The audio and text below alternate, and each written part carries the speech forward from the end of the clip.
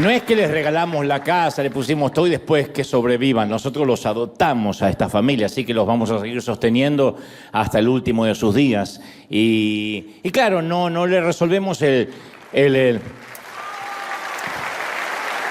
le resolvemos el problema a todo Cuba. Pero imagínate lo que pasaría si cada uno hiciera un poquito, si cada ciudadano que puede hiciera un poquito. Porque esto no es sí es una inversión, no la voy a subestimar, pero no es una súper inversión que no se puede hacer. Y esta familia, para ellos sí se marca una diferencia y toda la isla estaba feliz. No es que alguien está envidioso, celoso, porque saben que empezó una suerte de viento de cambio que no viene desde la política, que no viene desde un cambio necesariamente de gobierno, sino que viene desde la solidaridad, del amor, porque siempre cuando la ofrenda es grande hasta el santo desconfía. Y entonces la pregunta es inevitable, ¿qué están esperando y qué quieren a cambio? Nada, lo vamos a sostener. En mi caso, y como en el caso de muchos, yo no tengo a mis papis en vida, partieron a la eternidad. Y el honrar a los padres, a los viejos, no tiene que ver con los nuestros necesariamente, con los que tenemos línea sanguínea, sino con todos los abuelos que podamos. Y esta es una manera de honrarlos, así que yo me adopté 6 papis. Espero que se forme una pareja ahí con el peticito y la... Estaba mirando mucho para allá, ¿vieron? Bueno, ¿estamos listos, gente, sí o no? Muy bien. Antes de meternos en la gran historia de hoy, yo necesito que regresemos juntos a los días en que no existían los teléfonos celulares. Aunque algunos no lo crean, aunque algunos millennial, centennial y generación Z me miren con ojos de asombro, esa era existió. En tiempos pasados hubo un segmento de la historia que se recordará siempre como los días del teléfono fijo. Aunque algunos nos miren incrédulos, me están diciendo, nah, ¿en serio? Los teléfonos no siempre fueron móviles. No cabían en los bolsillos, ni en los bolsos, ni en las carteras. No eran inalámbricos, mucho menos inteligentes. Los teléfonos estaban conectados a cables que se enchufaban a la pared y que a la vez se conectaban a líneas telefónicas.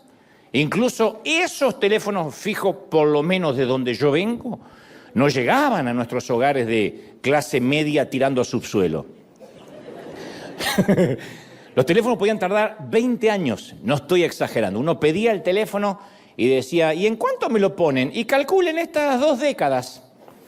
En 18 o 20 años, si tiene suerte y un amigo dentro, quizás se lo pongan en 15 años. No estoy exagerando, hay gente de Argentina que debe coincidir con esto. De manera que vivíamos incomunicados. Y viajábamos durante horas en el bus, en el tren, y se nos pasaba todo el día en una sala de espera sin aplicaciones para entretenernos. Había que leer o mirar el techo o dormir. Eran los buenos tiempos analógicos. No podían traquearnos, éramos inubicables. Papá se iba y se iba Dios. ¿Dónde está papá? No se sabe hasta que dé señales de vida. Éramos inubicables. Viste que ahora mira el celular y dice, mira, ¿dónde está? Mira, ¿dónde está mi marido? Ya sabía, eso no pasaba. Nadie sabía dónde estaba el marido. Y en mi pequeña historia introductoria ocurrió un helado invierno durante 1980 en Buenos Aires. Ese mismo año, 1980, para que nos ubiquemos en tiempo y espacio, nacía Ronaldinho, se estrenaba en los cines Superman 2, asesinaban a John Lennon, Jimmy Carter era el presidente americano por este lado del mundo, y en Argentina todavía padecíamos los últimos rezagos de un gobierno militar de facto, un gobierno militar. Yo cursaba el 7º grado en ese entonces, el último año de la escuela primaria, en un colegio de un barrio de suboficiales. Y dado que no existían los celulares, y mucho menos internet, toda la comunicación de los docentes, de los maestros, con nuestros padres, era a través de un sencillo cuaderno de comunicaciones forrado en color rojo. A veces el mensaje era simplemente de la maestra hacia los padres como un recordatorio acerca de una fecha patria y la consecuente invitación para que no falten los padres al acto escolar. Pero en otras ocasiones era casi una sentencia de muerte lo que se escribía ahí. Y lo irónico es que los transportadores de esos mensajes éramos los propios sentenciados a morir. Estimado señor Goebbels, Goebbels, el cuaderno de comunicaciones. No, el cuaderno de comunicaciones. Lo llevaba y ella ponía, estimado señor Goebbels, su hijo no ha completado esta semana la tarea y lo veo muy distraído durante la clase. La maestra, soplona, alcahueta, zapa, chivata, delatora, comunicaba a nuestros padres a través nuestro, eso era cruel. Y al día siguiente yo debía regresar con el mismo cuaderno rojo, donde debajo de esa nota aparecía la firma de mi padre, seguido por una suerte de disculpa que decía, enterados, nos ocuparemos de que esto no vuelva a ocurrir. En mis tiempos ese enterados y nos ocuparemos no implicaba que me iban a llevar a un psicólogo, a un terapeuta.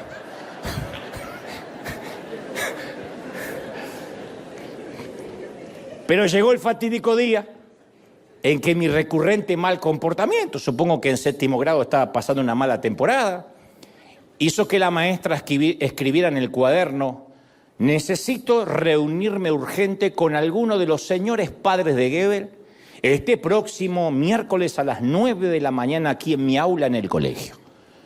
Obviamente yo era el primero que leía la nota. Y apenas leí la nota se me ocurrió una grandiosa idea.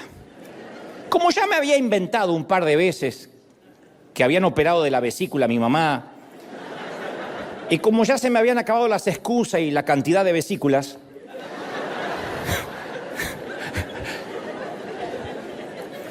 llegué a casa e imitando la letra de mi papá, escribí debajo de la nota, lo sentimos mucho. Yo trabajo todo el día y mi esposa está muy grave porque deben operarla de las amígdalas.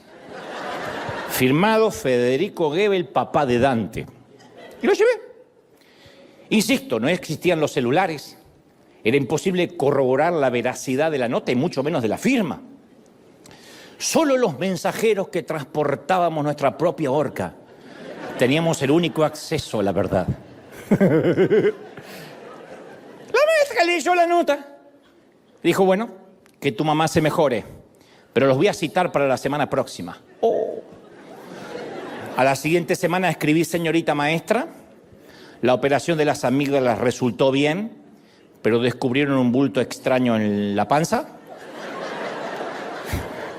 Así que no saldré del hospital este mes y no va a salir, y si esto se complica tampoco en 2 meses. Firmado, papá de Dante. Esta vez la maestra leyó la nota, me miró, volvió a leer, me volvió a mirar y no dijo una sola palabra. Yo sentí que había timado a la señora, que gané la partida. Incluso comenté mi picardía, mi astucia con el resto de los compañeros, chocamos los 5. Fui muy popular, al menos por 2 días fui muy popular.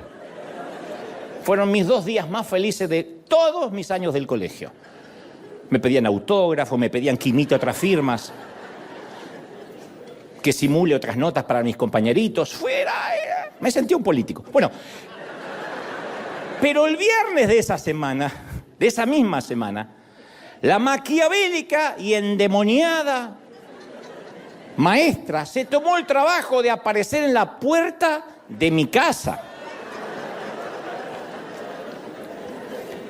Y apenas mi padre salió a recibirla, dijo, señor Goebbels, su última nota me dejó muy preocupada, así que el consejo escolar me ha enviado aquí para tener más novedades acerca de la gravedad de su esposa.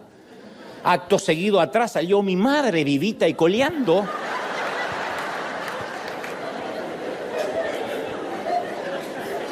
Y lo que vino luego, no quiere saberlo, ¿no?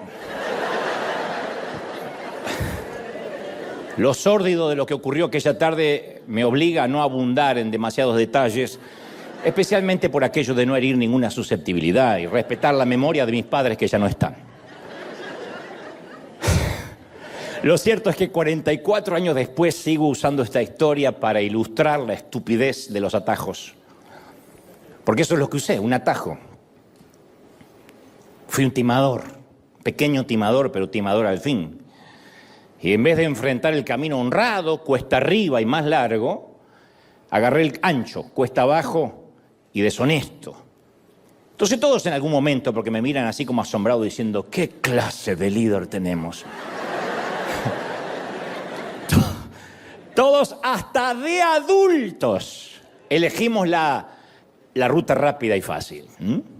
Y en vez de enfrentar lo inevitable, tomamos el asunto en nuestras manos y en un momento lo fregamos, lo arruinamos todo. Bueno, eso es lo que hizo el personaje, ahora sí, de nuestra historia grande de hoy, porque esta era la pequeña historia autorreferencial introductoria, pero la gran historia de hoy tiene que ver con alguien que hizo algo más o menos similar, se llama Jacob o Jacob para los amigos. Como te dije hace unos días, creo que hace un par de semanas, la historia de Jacob no es muy fácil de digerir, puesto que el tipo se portaba mal con mucha frecuencia. Y por otra parte, para todos nosotros su historia también es una suerte de alivio, porque también nos portamos mal con bastante frecuencia. Creo que Jacob fue, dicen los historiadores, el primer ancestro de los argentinos a nivel mundial. Porque si lo que estamos buscando es un héroe de película, Jacob no es nuestro chico, no es nuestro personaje. Era más bien un operador político, era un trepador, un lobista, un tipo que siempre se metía en líos, en problemas, en timos, en estafas. Pero si por el contrario queremos saber hasta cuándo Dios aguanta a un sinvergüenza, a un chapucero, a un granuja, a un bribón. Ninguno se siente identificado, pero yo sé que sí. Entonces necesitamos conocer esta historia. Los protagonistas de nuestra historia son beduinos. La tierra que los rodea es vasta, es accidentada, es el desierto. Rebeca le dio a Isaac, su esposo, un par de gemelos, Jacob y Esaú, gemelos. Y entre esos gemelos, en toda la historia creo que nunca ocurrió, pero aparece ahí en las Escrituras, hubo tensión desde el primer momento. Rebeca sentía en su útero literalmente como una pelea en un cuadrilátero de boxeo. Génesis 25-22 dice, y los hijos luchaban dentro de ella. No es una metáfora, no es una licencia poética, peleaban los gemelos dentro del útero. Hasta que ella una vez le rogó a Dios que le diera una explicación por qué tenía esa revolución en la panza. Y él le dijo, hay 2 naciones en tu seno y 2 pueblos se dividirán desde sus entrañas. Y un pueblo será más fuerte que el otro y el mayor servirá al menor. Parecía un jeroglífico, parecía una trivia, porque Dios le decía, sí, hay 2 naciones en tu vientre. Y ya se dividieron desde el vientre y la particularidad va a ser que el mayor sirva al menor, que era una cosa muy ilógica en los tiempos de Medio Oriente, te lo voy a explicar en apenas minutos. La cosa es que cuando llega el momento de dar a luz, el primero en nacer era pelirrojo, tenía todo el cuerpo cubierto de vello, Esaú. Luego nació inmediatamente, yo supongo que minutos después, su hermano Jacob, agarrado con una mano del talón de Esaú, que fue una premonición, porque Jacob empezó la vida tal como la iba a vivir, trepando a una posición mejor. Dijo, no me dejen, y lo agarró del talón al otro. La cosa es que ambos gemelos eran antagónicos, estaban en las antípodas, y así fueron transformándose en adultos. Supongo, especulo que se habrán peleado bastante durante niños, de adolescentes. Esaú era rojizo, peludo, inculto, no significa que los pelirrojos sean todos así. Esaú, bruto, tosco, ramplón, simple. Cuando eructaba era capaz de partir la mesa. El tipo era feliz, Esaú, persiguiendo a un jabalí, a un venado, o agitando una bandada de codornices o de pato. Ese era el básico mundo de Esaú. Y de acuerdo a la tradición judía, el padre de los judíos era el primero en nacer, el padre de todos los judíos. Él era el que merecía todos los honores, el primero en nacer. Pero Rebeca amaba y prefería a Jacob, a Jacob, que era más metro que sexual.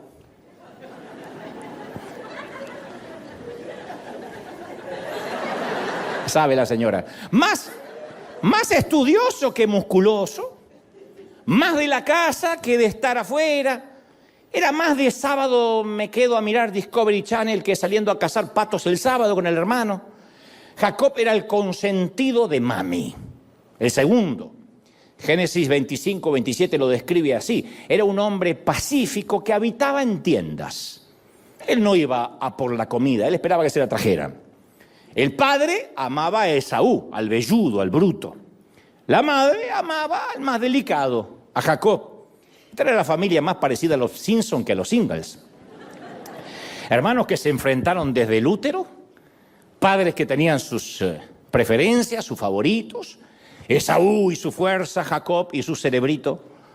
Cualquier terapeuta se habría hecho millonario haciéndole terapia a esta familia completa y absolutamente disfuncional. Aún así, estos gemelos podrían haber coexistido si no hubiese sido por el privilegio del derecho de nacimiento que se estilaba mucho en Israel, entre los judíos, en el Medio Oriente, el derecho de nacimiento. Derecho que prometía beneficios económicos, especialmente, preeminencia en el clan, el doble de la herencia, todos los privilegios. Eso era el hermano mayor.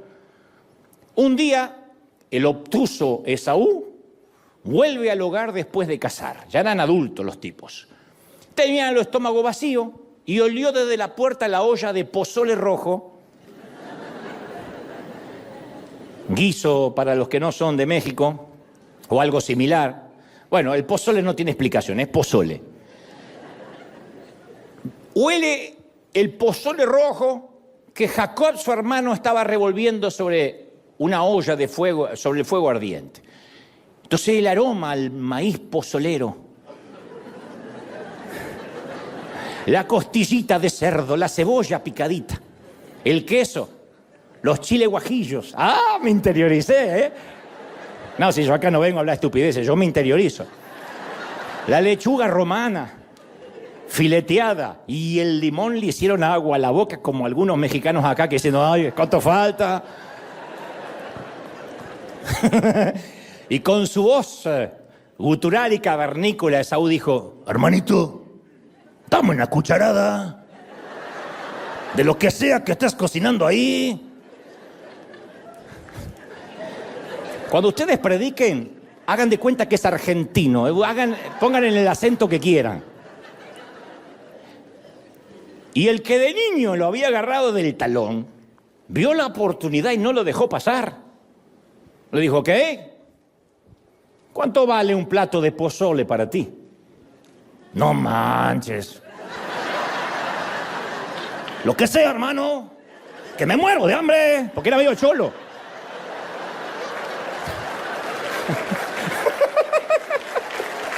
¡Que me muero de hambre!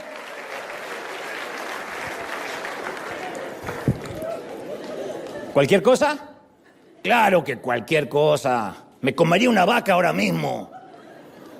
Di tu precio. ¿Quieres mi arco y mi flecha? ¿Quieres mi nuevo cuchillo? Es tuyo por ese pozole maravilloso. Ok. Quiero la primogenitura, hermano. ¿La primo qué? La primogenitura. Esaú miró el guiso de pozole, sopesó las opciones y acto seguida, sin siquiera pensar, selló su destino con estas palabras. Mira, hermano, yo en cualquier momento me voy a morir. Estoy en la casa con los venados, con las cosas salvajes. Así que ¿de qué me sirve como se llame? Y Génesis narra, Esaú restó importancia a sus derechos de primogénito. O sea, menospreció, la desdeñó. El derecho de primogenitura, de ser el hermano mayor, estaba amparado por la ley. El padre no podía dárselo a otro hijo que no sea al mayor. Ahora el hijo primogénito, sin embargo, podría perderla, podría venderla, que es lo que hizo este. Para el tosco Esaú, La primogenitura era algo intangible, invisible, casi algo espiritual. El plato de guiso estaba ahí frente a él. Así que accedió de inmediato al intercambio. Y Jacob le dice, tú sabes lo que estás haciendo, hermano, ¿no? Cuando papá muera, voy a obtener el doble de la herencia, lo sabes, ¿no? Mientras tanto, Esaú se ató la servilleta en el cuello. Sí, el doble.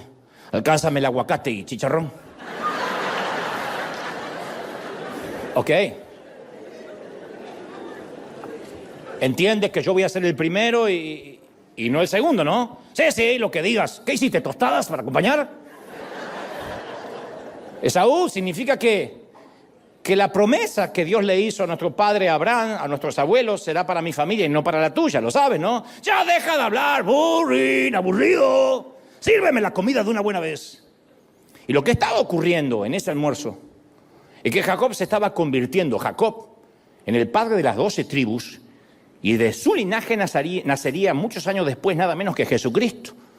Derecho que le correspondía supuestamente a su hermano, que ahora la estaba vendiendo. Esaú se quedó solo con su almuerzo. Eso se llama extorsionar a un bruto con hambre. Anoten las esposas.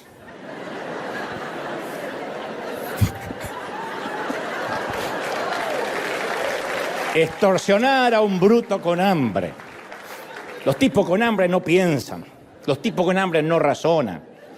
El tipo vendió su herencia por algo tan fugaz, tan nimio, como una comida que un día después iba a terminar en la letrina.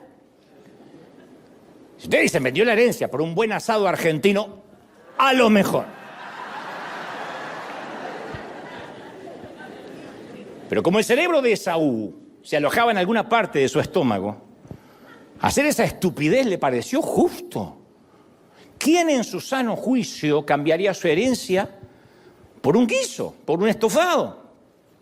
Alguien que, llevado por el deseo del momento, no toma en cuenta las consecuencias a mediano y largo plazo. A los pocos días el viejo padre Isaac, que estaba medio ciego, llama a Esaú y le dice, hijo, ya estoy viejo. Esaú, sal a preparar algo de comer. Un guiso, un estofado. Y de paso te daré la bendición de la primogenitura. Y la esposa de este anciano, o sea, la madre de Jacob, se le ocurre una idea para timar al viejo. Le dijo a su hijito preferido, he escuchado que tu papá le pidió a tu hermano que salga a cazar un jabalí y le prepare algo de comer y en el medio de la cena le va a entregar la bendición de la primogenitura. ¿Por qué no armamos un plan, congeniamos algo, preparamos nosotros una comida antes que venga tu hermano? Mirá qué lindo personaje era la mamá, ¿eh? Y tú te haces pasar por tu hermano mayor. Jacob le dice, ma, aunque papá tenga cataratas en los ojos, eso no significa que lo tomemos como un imbécil. Papá es viejo, no menso. Pero Rebeca le dijo, ¿tú confías en mí? Tu padre se lo va a tragar. Se ha tragado cosas peores que yo le he dicho.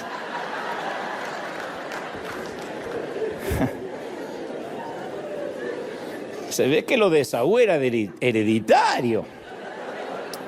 Así que cocinaron un cordero, la mamá con Jacob, cortaron una piel de cabra, Jacob se la puso sobre los hombros y en los brazos para simular el cuerpo velludo de su hermano Esaú, y entró en la tienda del padre. Y Jacob, a pedido de su mamá, imitó la voz de su hermano. Le dijo, cuidado que con la voz te va a sacar.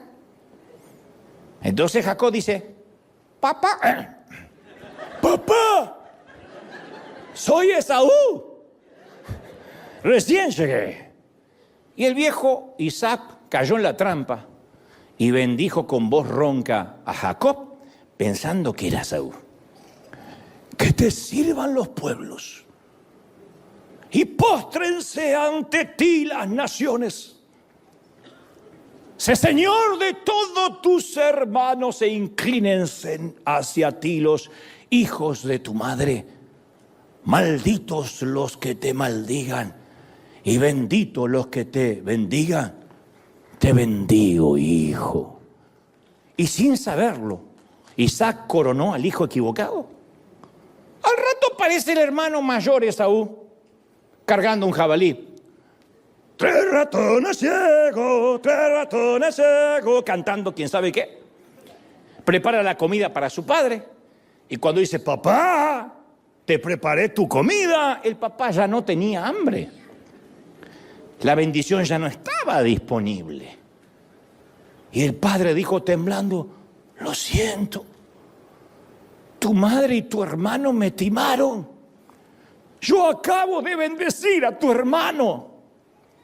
Claro, con nuestra mentalidad occidental, yo sé lo que están pensando, esto se arregla fácil. Agarramos a Jacob del cuello, lo llevamos arrastrando hasta la tienda, que el padre se retracte y bendiga al hijo correcto. Pero esto no funcionaba así en Medio Oriente.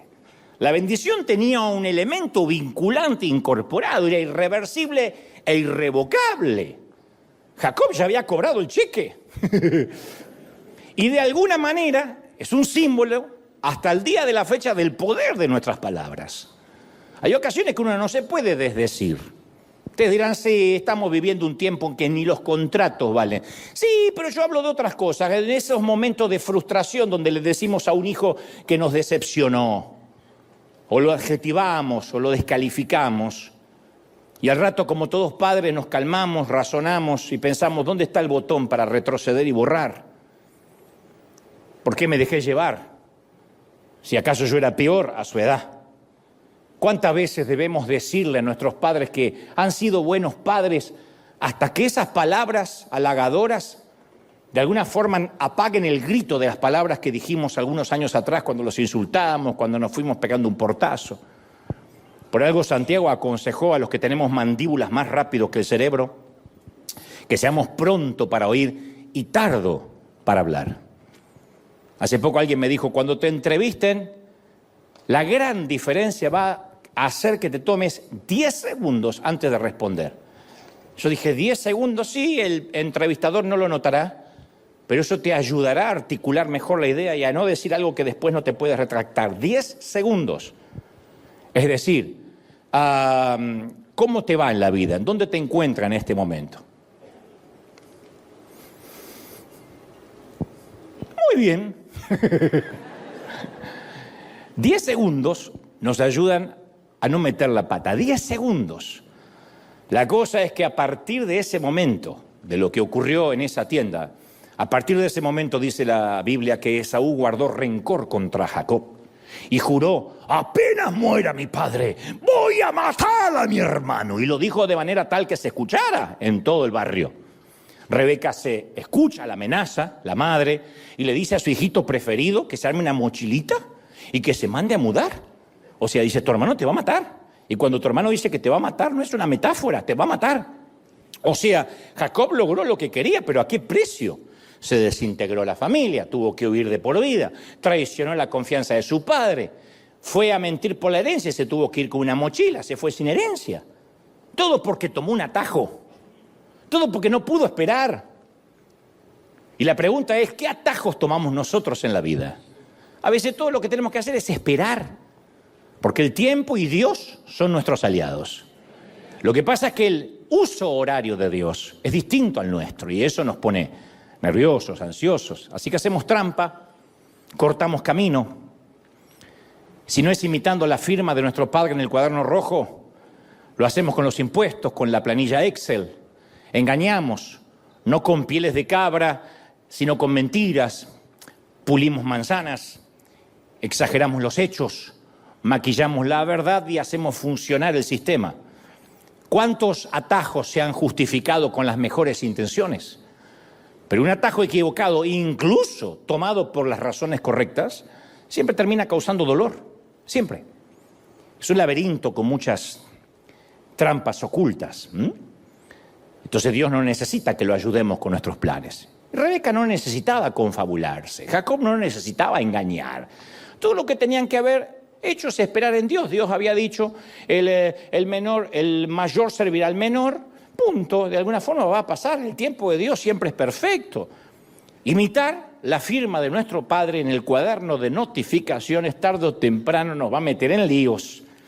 Imitar y decir, esto lo dijo mi papá, esto lo dijo Dios, esto lo sentí. Imitar y poner en nuestra boca palabras de nuestro papá siempre nos va a meter en líos, siempre. Algún día la maestra se te va a aparecer en la puerta de casa. Pero cada vez que tomamos un atajo en el pasado, eso hace que cambie nuestro mundo en el futuro, siempre. Es una suerte de, dirían los psicólogos, de punto de inflexión, de coyuntura, para decirlo en palabras simples, un parteaguas. Todos hemos vivido el efecto colateral de una mala decisión. Jacob pasó 20 años en el exilio huyendo de su hermano. 20 años. Esa era la sombra del miedo, el estigma de su pasado. 20 años viviendo a la sombra del miedo. En cualquier momento me encuentro con mi hermano a la vuelta de la esquina, tras una montaña, y mi vida termina tal como la conozco. 20 años. 20 años exiliado, fugitivo.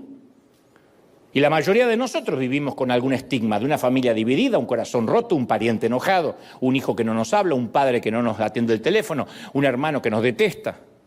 No lo decimos porque causa pudor. En el caso de Jacob, había engañado a su padre, a su hermano, y un día, luego de 2 décadas, es como que Dios se hartó de verlo escapar a este. Y Jacob también, en un punto estaba harto de esconderse y ser un fugitivo, porque ¿para qué te sirve una herencia que robaste si no la puedes disfrutar? Así que en Génesis 31:3 Dios le dice, Jacob, vuelve a la tierra de tus padres y de tus familiares y no te preocupes, yo estaré contigo. ¡Oh, qué feo! Enfrentar. Porque una cosa es escapar del pasado, de la sombra del miedo. Otra cosa es que Dios te diga, ve y enfrenta la sombra del miedo. Encontrarse con Saúl era una necesidad no solo espiritual, sino también emocional para él. Para avanzar hacia su futuro tenía que confrontar su pasado. Si no, no se puede construir un futuro. Ojo, Jacob no es el único tipo con un muerto en el ropero, con un muerto en el closet. Moisés tenía sangre en sus manos, Abraham era un mentiroso descarado, Elías era un cobarde, Esther mantuvo su fe en secreto, Pedro fue un traidor, Pablo fue un asesino. Sin embargo, Dios le dio una oportunidad a todos. No permitió que el pasado de ellos los atrapara. Entonces Dios no se desanima por los capítulos feos de nuestra saga. Así que Jacob decide que va a enfrentar a su hermano y se dirige hacia el sur, a lo que hoy es Turquía, para encontrarse con su hermano. No sé qué habrá pensado, pero al fin y al cabo dijo, yo creo que nos pasa a todos cuando un día nos cansamos de fingir. Hay un momento que un día decimos, hasta acá llegué, punto. Que pase lo que tenga que pasar, voy a enfrentar, es una paz. La autenticidad te da una paz, que no es lo mismo que falta de privacidad, Autenticidad no es sacarse una selfie en el inodoro, eso es falta de privacidad. Autenticidad es dejar de fingir, decir, este soy yo. Al final del día prefiero que me odien por lo que soy a que me amen por quien no soy. Así que un día Esaú, obedeciendo a Dios, también se harta de fingir, y cuando se estaba acercando al encuentro de su hermano, para hacer la historia corta, envía un par de mensajeros para tantear cómo estaba la situación. Y cuando los mensajeros de Jacob regresan, le dijeron, Jacob, fuimos, y sí, tu hermano también viene a verte, y viene con 400 hombres. ¡Ay, le temblaron las rodillas al niño mimado de mami! Jacob, viejo estratega, viejo lobo de mar, mañero, ¿qué hizo? Dividió su comitiva en 2 partes. La gente, las ovejas, las vacas, los camellos, lo dividió todo en 2. Y dijo, vayan ustedes primero, la primera mitad. Si Esaú los ataca, nosotros que somos el segundo campamento tenemos tiempo a escaparnos. Jacob quería evitar un baño de sangre, en el mejor de los casos, si le damos el beneficio de la duda. Y luego, para ablandarlo a su hermano, le empieza a mandar regalos, uno tras otro. Cabras, por adelantado, ovejas, cordero, camellos, toros, burros, suegra, lo que sobraba. Le empezó a mandar. Envió 500 animales en grupos de 6. Como diciendo, vengo en son de paz. Jacob instruyó a los pastores para que le dijeran a Esaú, su siervo Jacob, tu siervo Jacob, viene detrás de todos nosotros, detrás de todos estos regalos viene él. Un valiente total el muchacho. Detrás de todos los regalos viene él. tu siervo. La palabra usada aquí en hebreo, siervo, se empleaba para reconocer un estado de inferioridad. Como si estuviera diciendo, sí, soy un idiota, soy un imbécil, apenas una cucaracha a tu lado, Esaú. Envió todos los regalos del otro lado del río para pasar la noche solo, porque necesitaba una noche para tomar aire, porque sabía que el otro día podía morir en el instante. El hermano había jurado matarlo. Y su hermano no era un tipo de razonar, de que se le bajen los humos, era de mecha corta. Cuando se enojaba y el enojo había atizado el fuego durante 2 décadas. Y ahí cuando Jacob se queda solo, al otro día tempranito se tiene que encontrar con su hermano, llamando los regalos. Ahí pasa algo misterioso. O extraño, muy raro. Es la única ocasión que esto va a aparecer en la Biblia, es algo muy misterioso. Alguien que la Biblia en principio lo describe como un hombre, dice un hombre, se cree que es una suerte de ángel, pero un hombre empieza a pelear con Jacob en la espesura de la noche. Ese alguien agarra a Jacob por el cuello y lo tira al suelo. Y Jacob brinca y salta sobre él, le clava su hombro en el estómago, le clava el codo, hasta que los 2 atacantes se caen de bruces. El extraño lo empujó, se abalanzó sobre Jacob, presionando sus hombros contra la orilla del río que estaba ahí, embarrados de fango los 2. Y mientras esto los 2 se agarraban a trompadas, el viento rugía. Los 2 gruñían, se daban codazos, se raspaban, se arañaban, se sentaban haciéndose la tenaza de los luchadores.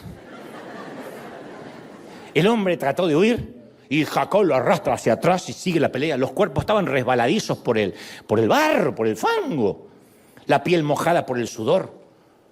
Jadeaban como sementales peleando, saltaban como gacelas. Una escena caótica de mucha acción, de mucha testosterona. Volteando, resbalando, esquivando, luchando. ¡Pua, pua, pua, pua! Era como las peleas de Tom Cruise, así, sangrientas. Jacob siempre había manejado sus problemas por su cuenta.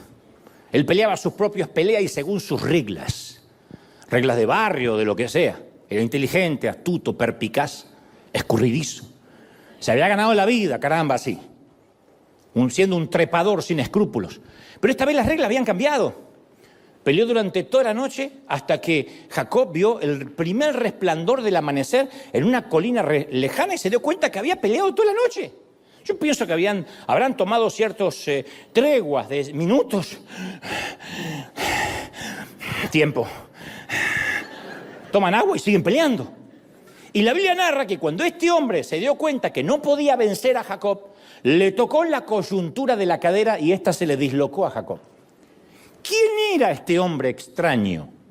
Más tarde Jacob diría, yo he visto a Dios cara a cara y mi vida ha sido preservada. Esto está en Génesis 32:30. Dios permitió que Jacob peleara, haciéndole creer que tenía el control. Toda una noche le dio.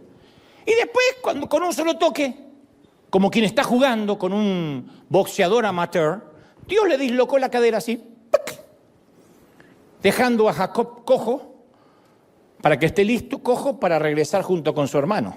Como si yo dijera, basta, Jacob, hasta acá llegaste, ya está. No, pero hasta acá llegaste. Lo tocó con una fuerza que Jacob nunca había sentido. Cayó al suelo, quebrantado, humillado, dolido. En una lesión que yo veo un simbolismo muy claro, porque la cadera es la articulación del soporte de peso más grande del cuerpo, en donde interviene la mayor cantidad de músculos más fuertes. Además, ese daño en la cadera de Jacob es más que un deterioro de la articulación que se arregla con una prótesis. La palabra utilizada en hebreo se refiere a órganos vitales. Entonces, ese toque de algún modo redefine la masculinidad de Jacob. El mensaje de esta dislocación fue, no eres tan fuerte, ni tan inteligente, ni tan listo como crees. Confía en mí, cabezón, para no decir jetón, que queda feo. Y en ese momento es cuando Jacob se da cuenta que depende absolutamente de Dios. Es como nos ha pasado a muchos durante la pandemia o en cualquier otro momento de la vida. Cuando pasamos por la cama de un hospital o nos inmovilizan con un suero o tenemos que recorrer el panteón de un cementerio. O nos llevan a nosotros en una ambulancia, o sentimos que todo se puede derrumbar en un segundo. Que nos ha pasado a todos. Un toquecito. Un toquecito. Una palpitación de más, un piquito de estrés, un desfase hormonal, una pequeña sal que se mueve en el cerebro y nos tira una depresión profunda, un toquecito. No hace falta un accidente trágico, un infortunio catastrófico. A veces es un toquecito. Es el momento en que Dios nos pone cara a cara con nosotros mismos y vemos lo que no nos gusta ver. Nuestra vulnerabilidad, un solo toque a veces nos pone, en este caso en la cadera, nos pone de rodillas. Un puñetazo ¡pac! Directo, un tirabuzón, ¡pac! Un golpecito corto. Quedamos con los pajaritos como los cartoons. No hace falta ir a la basílica, a la iglesia, a la sinagoga, para tener esos tipos de epifanías o de encuentros divinos. Sin embargo, en ese momento, incluso en ese momento, Dios dispensa su gracia, su perdón. Mirá lo que le pasó a Jacob. Cuando el tipo está así, cansado de pelear, sudado, pero con el hombro dislocado, le pregunta, ¿cómo te llamas? El hombre, el ángel. Él dice, Jacob. En la página de nuestra Biblia no hay espacio entre la pregunta y la respuesta. ¿Cómo te llamas? Jacob. En tiempo real, sin embargo, yo quiero creer que hubo una pausa larga, dolorosa, porque solo había una respuesta y Jacob se atragantó al pronunciarla, porque Jacob significa engañador, timador. Ese es el significado de Jacob. Así que cuando dice, ¿cómo te llamas? Él dice, mi nombre es Jacob. No fue una respuesta, más bien fue una confesión. Jacob estaba admitiendo que él era un Jacob, un canalla, un tramposo, un estafador, un operador, un tipo, un fraude. Esto es lo que soy un Jacob. Y el hombre dijo, tu nombre ya no va a ser Jacob, sino Israel. Porque no solo has sido un tipo que te has peleado con los hombres, hoy has luchado con Dios. Hoy te peleaste con Dios y has prevalecido, has sobrevivido. Sobrevivir a una lucha con Dios es eso, es tener una segunda oportunidad.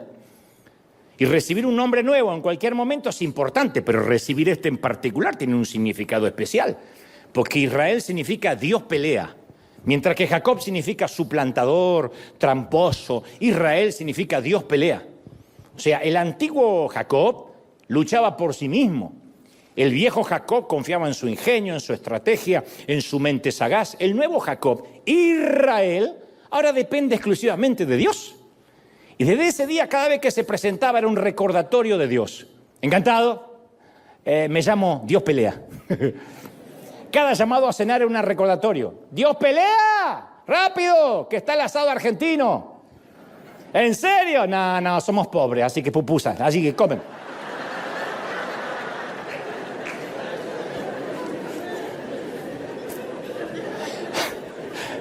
El día que ustedes estén acá, pongan el ejemplo que quieran, ¿eh? Su dirección de correo era diospelea@israel.com. Su hashtag era numeral Dios pelea. Su antiguo nombre reflejaba su antiguo yo, su anterior yo. Su nuevo nombre reflejaba su nueva vida. Y en el gran día, en el gran encuentro de Esaú con Jacob, ahora Israel, ese gran día de ese encuentro, el patriarca golpeado, agotado, camina cojeando, así se va. Muy diferente a lo que él se imaginó en el encuentro.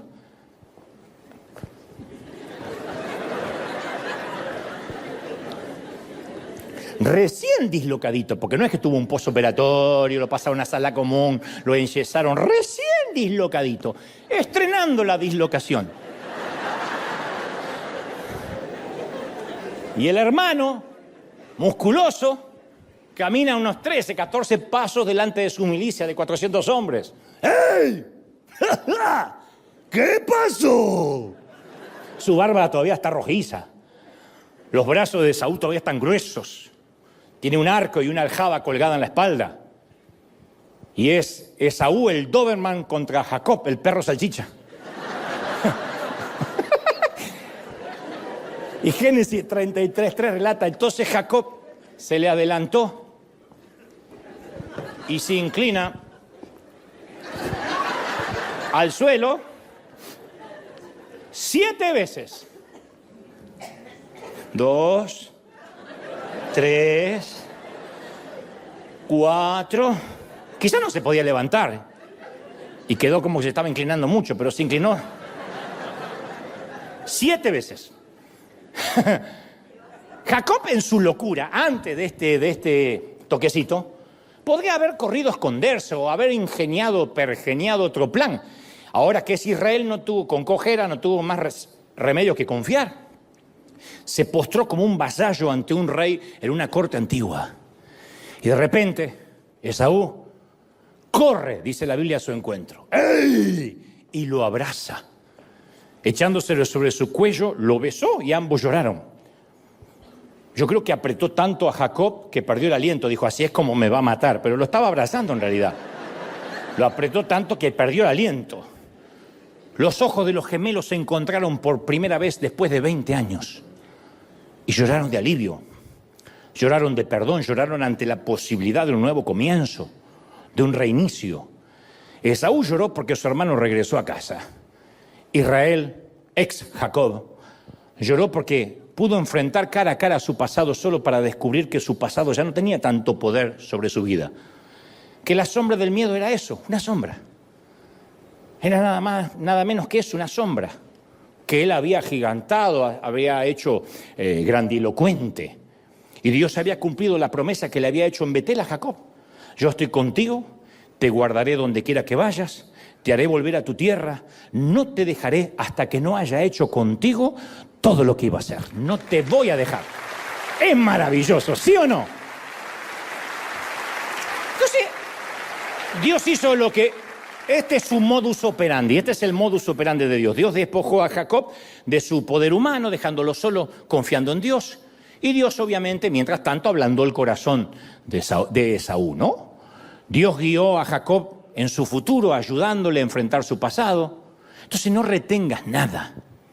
Ningún atajo del pasado es demasiado antiguo, malo o insignificante. No fuiste hecho para llevar ese peso, no. Tienes que tomar esa culpa del pasado como una piedra y dársela a Dios. Dársela al Señor y tú sabes cómo responderá. Él dice, vengan a mí todos los que estáis trabajados, cargados, y yo les voy a dar descanso. Ya no eres Jacob, eres Israel. Y no nos jactamos en nuestra falsa fuerza. No necesitamos temerle más a Esaú, porque ahora tu Esaú, tu pasado, es tu hermano. Tu enemigo es tu hermano. La sombra del pasado es tu hermano. Te das cuenta que no es ni tan grande, ni tan importante. Y a veces agrandamos las cosas y tenemos tanto temor cuando nos descubran, cuando se sepa. Pero hay un alivio de enfrentar eso, cuando uno lo abraza. Ahora, la última pregunta que tengo para que todos nos respondamos es, ¿y por qué Dios le tuvo tanta paciencia divina a este Jacob? ¿Por qué digo, en vez de dejarlo cojo, no lo liquidó del todo? En vez de tocarle la cadera, ¡pum!, el corazón, y el tipo queda ahí y ya está, se terminó. Pero por otro lado, yo estoy muy agradecido de que Dios no lo haya hecho, porque yo también juego con el sistema. Yo también he luchado con Dios. Y muchas veces, no los estoy juzgando a ustedes, pero muchas veces yo me he sentido que con mis fuerzas podía lograr algo, que mis músculos lo iban a impresionar. Estoy hablando en términos metafóricos, no tengo músculos, ya lo sé. Pero a veces puedo ser adulador, informal, un poco menos que honrado. Así que yo me identifico mucho con Jacob, mucho. Cojeo. No se me nota, porque no estoy estrenándola, pero ya tengo ejercicio para que no se me note la cojera en distintas partes de mi vida, de mi ser. El tema es que Dios no dice que nos va a amar si nos portamos bien. Él promete amarnos conscientes de todo el tiempo que Él sabe que nos portamos y nos portaremos mal. ¿Qué nos impide levantarnos? ¿Qué nos enreda los pies? ¿Qué nos impide avanzar? ¿Qué carga roba nuestra paz? Porque no hay mejor cosa para un ser humano que, como decía mi papá, con su filosofía barrial y una preparación académica muy escueta, él decía, para mí lo más importante es andar con la frente en alto y acostarme en paz con mi almohada. Y a veces nosotros, aún teniendo a Dios, no tenemos eso. Vivimos como Jacob peleando en la vida, todo a fuerza de puño, todo a fuerza de estrategia, todo a fuerza de pelear. Que no digo que no podamos pensar y que haya que colgar el cerebro y guardarlo. Lo que estoy diciendo es que cansa cuando pensamos que nuestras propias peleas y por consecuencia nuestras derrotas nos descalifican. Segunda de Corintios 4:7 dice Pablo, pero tenemos este tesoro que Dios nos dio en vasos de barro, para que la extraordinaria grandeza del poder de Dios sea de Él, para que Él se lleve la gloria, el crédito y no nosotros. Dios nos dio algo valioso en esto, en gente rota. En nosotros Dios nos dio esto, en esta suerte de vaso roto es que Él decide habitar. Tenemos mentes que divagan, cuerpos que envejecen. Bueno, ustedes más rápido que yo, obviamente. Corazones que dudan, ojos lujuriosos, convicciones que se desmoronan. Nos derrumbamos bajo presión. Nuestra porcelana tiene fisuras. A ver si lo entendemos, nuestra porcelana tiene fisuras. ¿Y quién va a querer usar una vasija rota con fisuras? Y entonces simulamos y nos volvemos hipócritas. Y la iglesia, por ejemplo, que debería ser el sitio más auténtico del planeta, se vuelve el sitio donde la gente más finge que son perfectas y le cantan a un Dios perfecto para que otros miren lo perfecto que somos. No, uno tiene que reconocer, sí, soy una vasija rota. La vida no me trató bien, desde la infancia, desde la niñez o en mi temporada adulta, lo que sea. ¿Quién quiere usar una vasija rota? Dios. Él hace muchas cosas con gente rota. El suelo partido da cultivos. De los huevos rotos brota vida. Los cielos rotos ofrecen lluvia. Los crayones rotos todavía colorean. Los capullos partidos abren paso al vuelo. Los frascos de alabastro rotos dan fragancia, dan aroma. Lo cual es precisamente el punto. No es la fuerza del vaso, lo que importa es la fuerza de aquel que lo puede usar. Aquel que dice, yo voy a usar tu cojera, yo me voy a valer de todo eso que nos pasó. Yo siempre digo lo mismo, no podemos renegar de donde nacimos, de donde vinimos.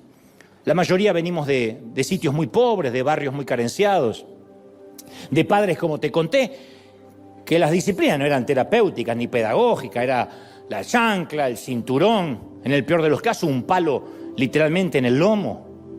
Y uno puede decir, ¿por qué a mí no me tocó nacer en el Palacio de Buckingham? Porque a lo mejor seríamos unos petulantes. Porque a lo mejor no buscaríamos de Dios. Nos llevaríamos el mundo por delante porque a nosotros papi y mami nos dio todo desde que nacimos. ¿Cuántos hijos hay así? Que creen que desde el papel higiénico, internet y el dinero nacen en el inodoro. ¡Se me acabó la ropa, quiero más! Y los papás, para que los nenes no se traumen y no vivan las carencias que tuvimos nosotros, vamos y le damos todo. Y estamos mandando una generación débil al mundo que cree que el mundo le debe una explicación y le debe disculpas. Ahora, los que cojeamos, lo que la vida en algún momento nos pegó, el día que Dios se nos salió al encuentro, yo no tengo la misma forma de caminar. Yo siempre digo que camino con pechito de paloma. Pero yo no tengo la misma forma de caminar después de algunos incidentes en mi vida que no viene el caso ahora ni el tiempo para contarlos. Me cambió la forma de mirar, dejé de mirar a la humanidad por encima, dejé de sentirme que yo era el tapón del océano o el ombligo del mundo, la última Coca-Cola del desierto. La humildad no es algo que uno dice, mañana voy a ser humilde. La humildad no es una decisión intencional, la humildad se tiene o no se tiene. Yo siempre digo, el dinero no cambia a nadie, el dinero muestra lo que uno es. Lo que pasa es que cuando eras pobre a nadie le importaba un cuerno cómo eras.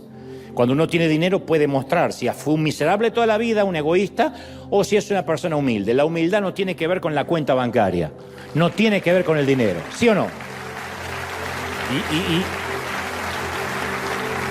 Y hay un montón de gente pobre y orgullosa, y un montón de gente rica y humilde, y viceversa también, pero una cosa no es inherente a la otra. Lo cierto es que a veces ese golpe en la cadera o en algún lugar del corazón nos hace más vulnerables, nos hace repensar la vida. Se cree que el antiguo arte japonés, el kintsugi, lo han conocido, el kintsugi o kintsugi, se empezó allá en el siglo XV como una forma de reparar la cerámica agrietada. Lo habrán visto en algún consultorio o alguna casa puede que lo tenga. A veces se le dice viaje dorado al kintsugi porque es reparar la cerámica rota, no escondiendo las grietas, sino destacándolas, destacando la cicatriz, como se hace ahora con los tatús, que cuando hay una cicatriz que no se puede tapar, los tatuadores dicen, podemos inventar algo con la cicatriz. La cicatriz es así, podemos hacer una serpiente. La cicatriz parece un monstruo, podemos dibujar a la mamá de tu esposa ahí. No sé, tiro ejemplos. El artista usa una especie de laca para reparar las fisuras y luego cubre el adhesivo con un fino polvo de oro o de plata, y el resultado es algo hermoso, inimaginable, líneas de oro y plata zigzagueando a través de la cerámica, y de ese modo la pieza cuenta la historia de su pasado con cada grieta y con cada fisura. Y se venden carísimos, son jarrones que se rompieron, en palabras simples, pero los reparan con oro, con plata, y parece que fueran adrede, intencionales. Alguna vez estuvo roto, pero ahora se lo redimió de una manera gloriosa por el artista. Y cuando uno llega al final de la historia de Jacob, la vasija de barro, ese tipo mañero, ese tipo trepador, de alguna forma se mantiene pegado con el pegamento del artista. No hay mucho para ver, pero el tipo lo logró. Al final, Hebreos 12:21 dice: por la fe Jacob al morir bendijo a cada uno de los hijos y adoró, apoyándose sobre el extremo de su bastón, que presumo que comenzó a usar a partir de la dislocación, aun cuando joven, y nunca más pudo deshacerse de él porque el bastón le recordaba de que ya no era lo que era antes. Y murió en su ley, pero esta vez adorando a Dios. Que lo mismo se diga de nosotros.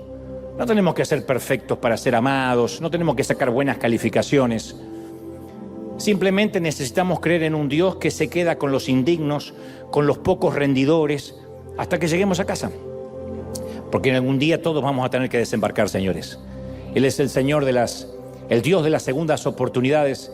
Nunca se da por vencido con nosotros, y aunque nos tenga que dejar cojos o rengos, Él no va a descansar hasta que enfrentemos a nuestra sombra del miedo.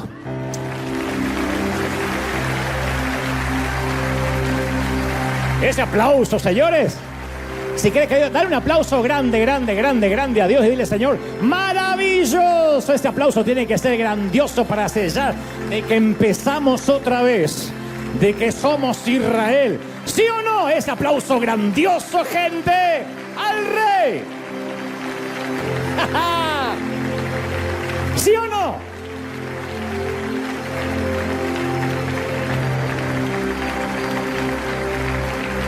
Y claro, el nombre no nos va a cambiar literalmente, a menos que algunos sean artistas y se pongan un nombre de famoso, ¿no? Mi nombre nunca cambió, siempre fui Dante Miguel. Pero no sé, antes de la cojera, antes de mi encuentro con Dios, Dante Miguel sonaba diferente. Cuando era chico sonaba a bullying, sonaba a menosprecio, a desprecio, a mentira, a fingir. Sonaba perdedor. Dante Gebel, mi apellido me sonaba feo. Yo hubiese dado lo que sea por cambiar de identidad. Y un día pasó. Un día, en ese encuentro con Dios, me di cuenta que era vulnerable, que lo necesitaba. Me di cuenta que la humildad no era algo que yo podía decidir. Venía a partir de un golpe. Y el golpe llegó. Y el golpe llegó, ojalá hubiese llegado a la cadera, porque solo tendría que explicar una cojera, lo cual no sería tan grave. Pero el golpe llegó a lo profundo del orgullo, de la pedantería, del egoísmo, del yoísmo. Y cuando me vi tan necesitado y tan vulnerable, sentí que a partir de ahora tenía que depender de Dios. Y de alguna forma el significado de mi nombre cambió.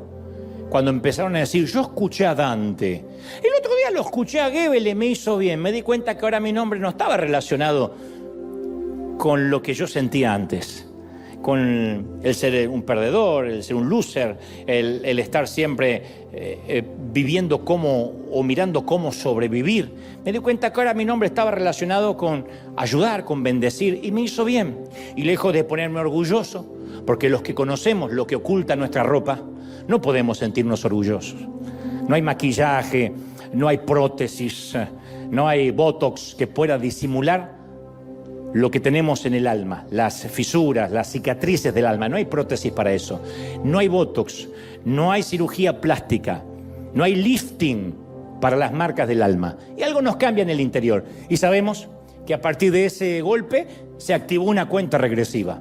Y tenemos solo una segunda oportunidad, una segunda gran oportunidad para marcar la diferencia. Que Dios te bendiga, que Dios te guarde y que haga resplandecer su rostro sobre ti. Oramos todos. Padre, gracias por esta mañana. Los que hoy están aquí o en casa y dicen: Señor, yo necesito recibir recibir a Cristo en mi corazón, perdona mis pecados, anota mi nombre en el libro de la vida. No es religión, no tiene que ver con pertenecer a partir de ahora a una secta, a un grupo, sino decir, Señor, quiero darle sentido a mi vida. Señor, gracias por esta mañana, gracias, he transmitido lo que creo, has puesto en mi corazón. No he agregado, no he quitado nada, lo que considero es lo que has querido transmitir a estos tus hijos. Señor, gracias por esta mañana, gracias a los que están quebrados, a los que ahora tienen lágrimas. ¿Pueden sentirlo ahora? A los que ahora dicen, Señor, yo necesito un toque tuyo, necesito un toque de ti. Necesito salir adelante, pero no ese toque que me dejó rengo, sino un toque que me sane ahora.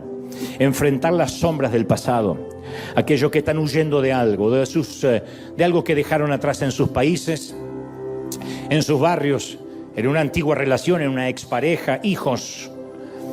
No sé, todos tenemos una carga que dejamos atrás. Y no te estoy diciendo que la ignores, sino que la enfrentes, que le digas, Señor, yo no puedo más. Hasta acá llegué. Y si tienes que pelearte con el ángel, a pelear.